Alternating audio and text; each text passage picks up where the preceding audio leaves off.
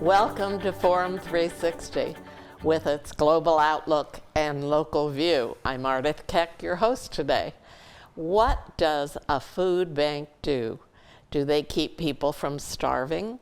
Here to answer those questions and more is the president and CEO of the Akron Canton Regional Food Bank, Dan Flowers.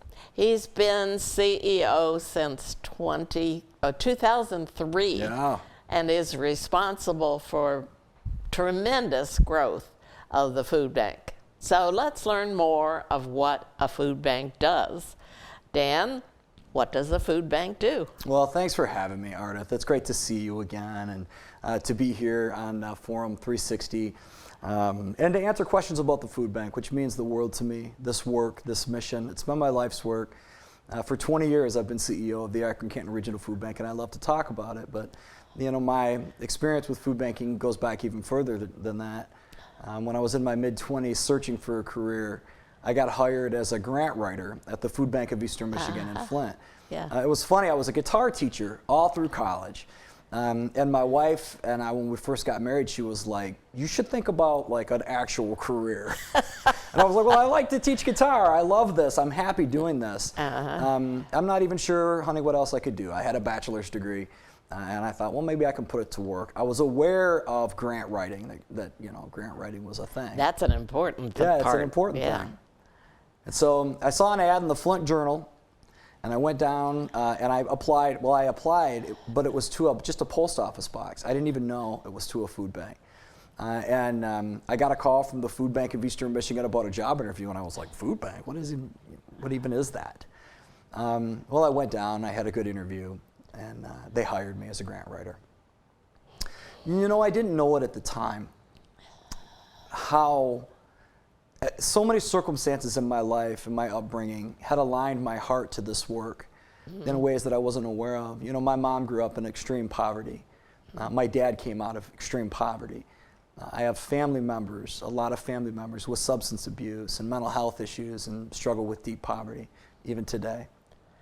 And so when I got the opportunity to start working at that food bank, although I didn't know anything about the work at the time, I very soon discovered a deep heart for the work. And I've spent my career doing it. And so that's kind of like what brought me to it.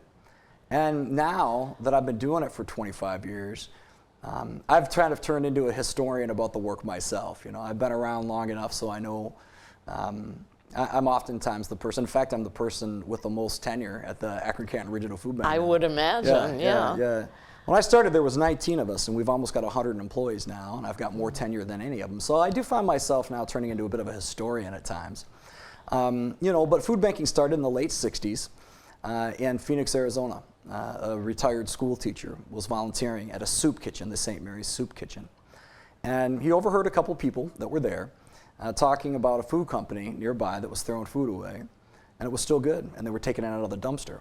And so he got the idea, well, let me go down and talk to this company and see if they'll give the food to me, and I'll just bring it down here to the soup kitchen, and we can, you know, distribute it here before it goes bad. Got started. That's how it got started, yeah. Wow. And it was a retiree, and that'll preach too, Ardith, because the largest hunger relief organization in the world, the largest nonprofit organization in the United States, Feeding America, the National Food Bank Network, was founded by a retiree who he'd had his whole career, and he saw a moment of opportunity that met with him and his passion at that time. And he formed the first food bank. After this food company started donating food to them, he eventually started going to other companies and saying, hey, you know, why don't you donate food?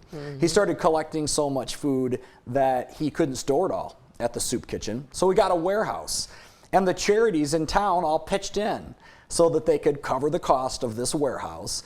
And before you know it, the first food bank in the country was born. If you put firstfoodbank.org, in a search engine, it will take you to the St. Mary's Food Bank in Phoenix, Arizona, that was started by John Van Hengel. Yep, in 1967. So that's how it started. There's 200 food banks across the country now. The Akron Canton Regional Food Bank is one of the 200 Feeding America member food banks in the country. That's how we started.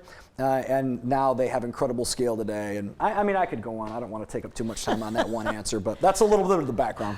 What is the mission of the food bank? Well, you know, our mission is simple. It's it's feed people, fight hunger. You know, but if I was to say it probably as succinctly as I could, in other words, it would be to rescue grocery industry surpluses, distribute them to people in need, and create opportunities for a better community. Yeah. The core operating model at our food bank and every food bank in the country is to take advantage of grocery industry surpluses and distribute those surpluses through a network of charities. Our food bank has 600 homeless shelters, church food pantries, other charities across 8 counties of Northeast Ohio that get their food from us. And so we're the primary supplier of food for them. And we get most of that food from manufacturers, wholesalers, and distributors that donate it to us. Okay, that was my next question. Where does the food come from? It Sure. comes from grocery stores that maybe the non-perfect food or extra food? What is it? Sure. Well, in the early days, it was mostly off from manufacturers, wholesalers, and distributors. You know, that was the primary source of food. As food banks have grown, however, now we get a lot of food from the USDA. You know, about 25% of our food comes directly from the USDA. 10-15% comes from the state of Ohio. You see, once the scale of food banks started to increase, people started to realize these charities that are operated almost exclusively by volunteers, they don't have hardly any paid staff, these 600 church food pantries in our network, well, they reach a lot of people. You know, we'll reach over 1 million people a year in just our food bank alone. The nation's food bank network reaches almost every person in poverty in the country. And so when this infrastructure was built, we started seeing opportunities to collect other resources. It just is very efficient. The USDA, for a long time, under the Farm Bill, has been funding agricultural product clearance programs. So, you know, if you've got a commodity that's in surplus production, you can clear that commodity through manufacturers and distribute that food to food banks. It's very efficient. You can get it right out into the streets to people in need, and that's a lot of the food that we get today. Do you remember like the government cheese program in the 80s? Do you remember hearing about that? Yeah. Well, that was a USDA commodity program. Dairy was in surplus. So the USDA, in order to maintain prices in that market and to keep farmers in business, bought the surplus up. And when they purchased the surplus through manufacturers, they gave that food away to people in need. And so that was kind of the early origins of the Emergency Food Assistance Program, which is, you know, about 25% of our food today. And you serve how many people? You serve counties, a bunch of counties? Well, our primary customers, again, are charities, soup kitchens, and homeless shelters. Oh, okay. So if you come down to the food bank any day of the week, you're going to see, you know, cars and trucks and vans that are owned by people that attend churches that have food pantries in the basement, and they hand that food away out on Wednesday nights. So only Summit County or other? Oh, no. We service Medina, Summit, Portage, Wayne, Stark, Tuscarawas, Carroll, and Holmes counties. Wow. So almost every charity in 8 counties is getting their food from us. And, you know, so individuals, volunteers come to our warehouse. We have a food list that we publish on our website, and people will go to our website and they'll place their food orders. And they'll come to our Akron warehouse or the new food bank that we built in Canton, and I'd love to talk about that a little bit. Yeah. And pick up their food orders, take them back to their site, and give the food away to people in need. Now, a lot of these are small pantries that operate on, you know, Wednesday night, like I said, after church or, you know, Fridays or whatever, of all faiths, and I think that's something very interesting as well I'd love to talk about with you. That's the typical distribution pattern that we have. Okay. And where are you located? Well, we operate out of the old House of La Rose building at 350 Opportunity Parkway in Akron. And in 2015, in our strategic plan that we called Food Bank 2020, we developed a vision for the creation of a food bank in Canton. We engaged in a capital campaign that started really in earnest in 2019. And we raised over $14 million. and we built, which is still today the newest food bank in America, a 40,000 square foot food bank in downtown Canton on Cherry Avenue. Already built? It's built, it's open. Yep, we cut the ribbon on July 1st of 2021. And so we have a brand new food bank. I'd love to take you through sometime. Or anybody that's watching, if you want to have a tour of the food bank at any time, you can come visit our Akron warehouse or this beautiful new Canton building at any time. We'll show you around. You can see. You know, we've kind of gotten into the direct service business a little bit too. You know, I was just talking about how, you know, most of the pantries that get food from us, we're their primary supplier. They take that food to their, you know, site and they give it away. And that had always been who we were, and pretty much who every food bank was. That's kind of how food banks operated, as almost like, you'd think of it almost like a wholesaler. But during the pandemic, we started picking up a lot of direct service programs. I mean, there was such an immediate need.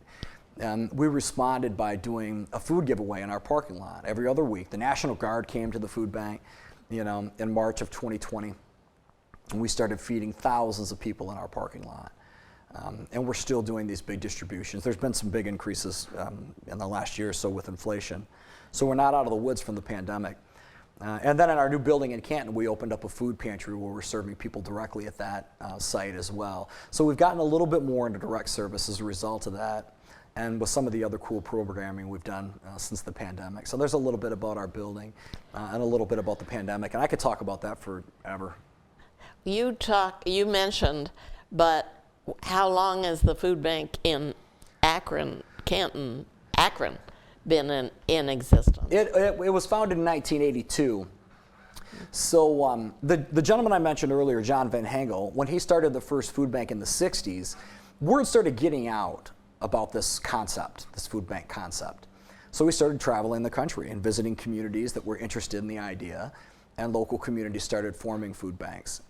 And, you know, but back in those days, there was no like designated service areas. So you could have a food bank in one town next to a food bank in another town, and one would go to call on a food donor, and they'd see the neighboring food bank in the lobby on their way out, you know, just asking for donations. And so they created distinct service areas for all of the nation's food banks. So I mentioned our 8-county service area. There's a Cleveland food bank. They have a designated 5-county service area. There's 12 food banks in Ohio, each operating in their own designated service area. It just makes it a little bit easier for food and funds drives and things. And I imagine that covers the entire state. Yes, and the whole state and the whole country. So it's a very comprehensive network, and for the first time ever in 2022, Forbes magazine named Feeding America, which is the national network of food banks, the nation's largest charity, bigger than the United Way, bigger than Goodwill, bigger than the Red Cross. So these food banks have scale now. And that scale enables them to do all kinds of other unique things. I'll give you an example. At our food pantry in Canton, you know, we're supplying that out of our warehouse. But we've made partnerships with other programs like Community Legal Aid and Altman Health Center, where we can help people resolve legal matters, where we can help people sign up for benefits, to get vaccinations when they come to get their food boxes. Because people have to eat, and they need food to survive. But what we've learned is that you can do more than just provide food. We know that a compassionate word, affirmation, and love when you come to get food can go tremendously far in people's lives. People that come to get food experience high rates of depression and anxiety. Being in poverty is difficult. So a lot of the relationship stuff we've learned over the years, we've focused on making the experience of asking for help redemptive in and of itself. But while you're there, is it possible that we can connect you with pregnancy services or services for raising a child? And we do that stuff all the time. And so oftentimes, coming to get help is the beginning of getting big life issues unraveled and helping people towards self-sufficiency, which I love. That is so cool, because people need that. They need the food, but they also need the services. And you're providing things. Yeah, I mean, you know, I think food banking is a beautiful concept. It's smart, it's economic, it's economical, it's a great value for the community, it's a great way to practice philanthropy, which we were having a staff meeting this morning, and we were talking about philanthropy. And I never knew this. I mean, I knew philo, like the Greek origins of the word philo was love. But philanthropy means in Greek a love for humanity. Which is kind of interesting. I mean, we think about philanthropy as giving money, being a philanthropist. but really philanthropy is a love for humanity, which is all over our food bank. I'm talking today with Dan Flowers, who is the president and CEO of the Akron Canton Regional Food Bank. And it's fascinating what they have done and what they are doing. In order to do what you do, you need volunteers. Yeah. Tell me about some of the things that volunteers do. Well, you know, traditionally volunteers would come in and help us sort food, dry food. You know, we have a big section of our warehouse and we always get food, dry food, and food from grocery stores that's been, you know, maybe cans that are dented, you know, boxes that need to be taped up, you know, the packages need to be inspected. But during the pandemic, we had another big phase shift at the food bank. You know, we haven't really been in the food box making business, you know. We distribute most of our food in loose cases, you know, on pallets.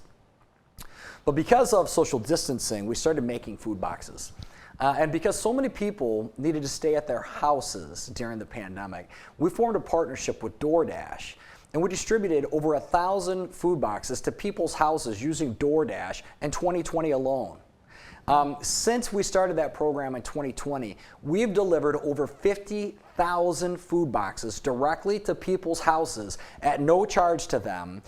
Those food boxes are packed in our warehouse by volunteers who give their time for that, and DoorDash takes them to people's houses for free. And so we've made a huge impact, and that's a volunteer-driven project. We have volunteers that drive our trucks around. We visit every single Starbucks in our 8 counties every single night in the middle of the night with a volunteer driver. And we go in there, they give us, you know, access codes, and we take all of their pastry items that they couldn't sell back to the food bank, and we give them away the next day. And that's just an example. We have a volunteer dentist who I love, who comes in just to fold thank you notes every Wednesday, and I love the guy. There's a lot of ways to get involved. If you visit our website, akroncantonfoodbank.org, you can sign up to volunteer, and you can make a donation at our website, akroncantonfoodbank.org, and you can find out how to get help if you or someone you know needs help with food. Okay. So you always need funds. Absolutely, You yeah. use funds to purchase some things. We don't purchase much food, but we definitely have to purchase gas at a much higher price than we did to run our trucks. We have 7 semis. You know, we have staff members, almost 100 staff members we have to employ. We have a lot of food safety regulations we have to comply with. So, you know, there is obviously operational needs that are required. The thing is that because there's so much food given to us and it has such a significant value, every dollar you provide to the food bank provides 4 meals to people in need. It's a wonderful, wonderful return on investment. There's so much good happening down at the food bank. You know, you mentioned volunteerism. A lot of people are lonely. A lot of folks during the pandemic spent a lot of time alone. A lot of retirees struggle to find connections and purpose in the world. Life is hard. And if you have the capability of helping somebody else, Yeah. come to the food bank. Come down and help. volunteer, and you may find new friends that you didn't have before. If you need a hug, you can get a hug at the food bank. We want to be your friend. We want to create a place for you to connect with the world. Obviously, your work means the world to us, but we want it to be really meaningful at the heart level for you. What is Harvest for Hunger? Great question. Yeah, I ask a lot of times when I'm talking to groups, like, who's heard of the Akron Canton Food Bank? And some people will raise their hands, and I ask them, who's heard of Harvest for Hunger? And sometimes more people raise their hand. Harvest for Hunger is a campaign of the Akron Canton Regional Food Bank, the Cleveland Food Bank, the Lorain Food Bank, and the Youngstown Food Bank. 4 food banks come together, and every year we run Harvest for Hunger across 19 counties in Northeast Ohio. It's our biggest food and funds drive every year. And Is it getting food or is it giving food?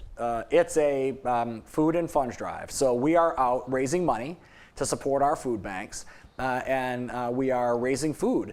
So the easiest way to get involved with Harvest for Hunger, when you go through the grocery store and the cashier says, would you like to scan $1 for Harvest for Hunger? That comes to us.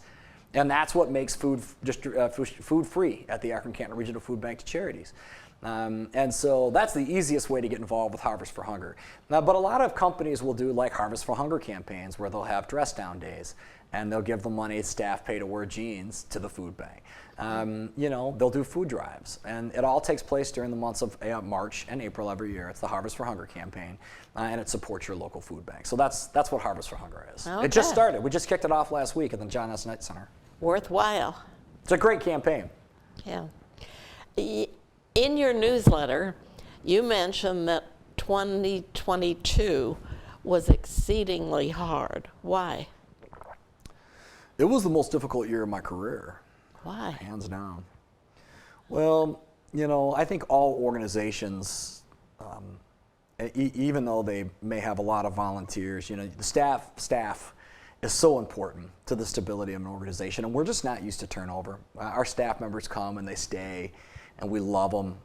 But we had more staff members depart last year than we've ever had. I think the Great Resignation was a big part of that. Why? I don't know anybody who runs an organization that didn't have more turnover in the last 2 years than they've ever had before. So last year was that year for us. So. Because people were ill? Well, we had one of our employees take a job working from home for a nonprofit based in Wisconsin. So certainly work from home changed the labor force. Yeah. A lot of opportunities opened up at different organizations around the community. So we had some developing professionals that saw opportunities to advance, and so they left. And we had some retire just because I think the pandemic burned them out so bad. And so it made for more change. That created a layer of difficulty. But what made it even harder, though, was the breakdown in the supply chain that led to the most difficult environment to ever find food donations that I've ever seen. So on top of having some challenges internally with staffing, the whole model of food banking was threatened a lot last year. It was just a difficult year to find food. There was times, we'll typically have a 4 to 5 page food list available on our website, the site that your church or synagogue you can go to, and you can place a food order and choose from quite a few items. But there were a lot of times our food list was only 2 pages long in 2022. So we were scrambling for food, we were scrambling for people, we were scrambling for donations, and it was tough. Thank the Lord we had a nice little comeback in the fourth quarter, though, and we haven't had a single person leave the food bank in 4 months. So I'm very excited about some stability with the staff. But we also had a good inventory run. Our distribution is up. We were just looking at it this morning. I think we've distributed 1.7, 1.8 million more pounds of food in the first 2 months of this year than last. We're up over 30% in the number of people that are coming to food pantries over last year. You remember, it was about March of last year when inflation jumped up, gas prices started to surge. Well, all last year we had big increases in the lines at food pantries, more and more people coming in and asking for food. And we're up 30% over the first 2 months of 2022. So I think 2023 is going to be a wild ride. So hopefully our food donors will stay with us, our financial donors will stay with us, because and there's a big cut in food stamps. Have you heard about the SNAP reduction? Yeah. So that's going down right now in the month of March. Yeah. So I would. People are going to hurt. A lot of people. So I wouldn't expect the lines at food pantries to get any shorter in the next month or so. So we're bracing for that. So we've got our work cut out for us. Can people request certain foods? Yeah, absolutely. Yeah. I mean, this was kind of a revolution in food banking. When it first started, people were making these pre-assembled bags. So if you came down to visit a food pantry, they'd give you a bag of groceries. But who knew if you had, nutritional issues, allergies, or just preference. If you don't like something, you're not always going to use it. So we started, encouraging all of our charities to set it up like a shop through store and let people just pick. So what the standard is now, you go in and if you have a family of 4, you might see on the shelf like limit 3 for a family of 4, limit 5 for a family of 7 or whatever. And then now we have this new app which is really cool called Order Ahead. We were one of 2 food banks, the first 2 food banks in the country to pilot Order Ahead. I mentioned our food box delivery program earlier. Now you can go to our website, you can place an order and pick what you want in your food box. And then our volunteers will assemble a custom-made food box for you, and then we'll give it to you for free using DoorDash. And you have a program partnering with hospitals. We just did that in 2022 as well. Tell us about that. Well, we know that there's a lot of correlations between, proper nutrition and proper health. And so for a long time, we've been wanting to put pantries in hospitals, and we got some funding through Amelia Sykes when she was in the State House, the Ohio Department of Health. And so we launched them last year. So doctors now, when they screen for food insecurity during visits at Akron Children's Hospital, Summa Health Systems, and the Cleveland Clinic, Akron General, can ask a family, if they have enough food to eat, and then write them a prescription to visit the pantry at the hospital. They can get food that day. We're providing all that food at no cost. Right at the hospital. Yeah, and the food bank, Akron Canton Regional Food Bank, is providing all that food. Do volunteers do that? Do they man or person the food bank, or at the hospitals? Yeah. Or the hospital does it? They may. I mean, I've only worked with like the hospital staff member that helps set up the program, but I wouldn't be. I mean, hospitals are huge volunteer users, so Cool. probably. What happened during the pandemic as far as the food pantry? You got overwhelmed with food? Well, look, I mean, the first thing that happened was the National Guard showed up, which was really interesting. We had 41 members of the Ohio National Guard with us from March of 2020 until July of 2021. So that was really something. What an experience. I mean, looking back on, if you think back to where you were in March of 2020, so much unknown, so much fear, I think everyone was in some ways scared for their own health and safety, But man, we stood out on those parking lots, so many parking lots with those National Guard soldiers, and served long lines of cars in the beginning of the pandemic. Dan, thank you for what you do every day, and thank you for coming on Forum 360. This is Ardith Keck for Forum 360 with its global outlook and local view. Forum 360 is brought to you by John S. and James L. Knight Foundation, the Akron Community Foundation, Hudson Community Television, the Rubber City Radio Group, Shaw Jewish Community Center of Akron, Blue Green, Electric Impulse Communications, and Forum 360 supporters.